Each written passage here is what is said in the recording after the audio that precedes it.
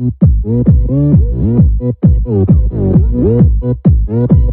نیست افغانستان.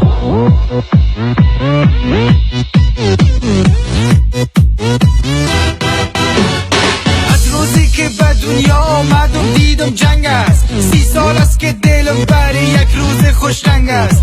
30 سال است که هر کس آمد خانه خریده دبی، هیچ کس نگفت و برادر دوستی و غارت تا کرد. 30 سال است که کشتن و خوردن و بردن و این وطن به ایران در شد. 30 سال است آن که با شیلم نداشت امروز صاحب موتر شد. 30 سال است که جوانا را کشتن گفتن شهید راه وطن شد. هر کس میگه من نخوردم، من نخوردم، من نکشتم.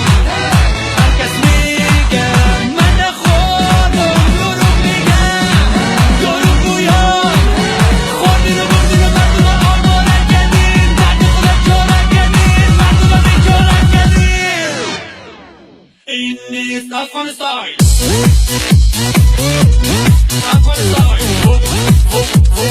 این نیست افغانستان.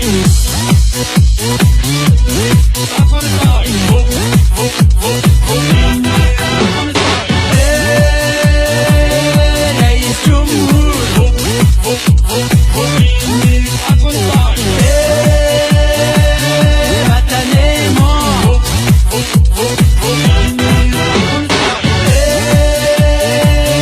قبرستان شد این نیست افغانستان. چمن ما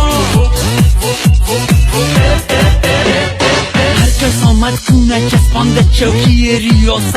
سوادشان خانگی بود ملا رجی به سیاست. نیم وطن قصابی شد نیم وطن قبرستان. رئیس جمهور میگه ما شیر افغان. 30 سال است که کشتن و خوردن و بردن و این وطن به ایران در شد. 30 سال است آن که با شیلم نداشت امروز صاحب موتر شد. 30 سال است که جوانا را کشتن گفتن شهید راه وطن شد. هر کس میگه من نخوردم، من نخوردم، من نکشتم. هر کس میگه من نخوردم، دروغ میگن، دروغ گویان. خوردین و بردین و مردم را آواره کردین، درد خودت چاره کردین، مردم را بیچاره کردین.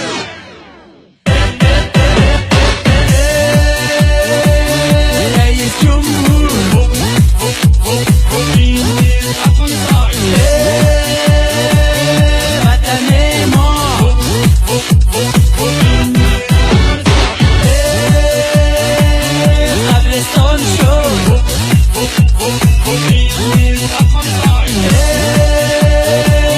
چمن ما وطن خراب کردین، خدا خرابتان.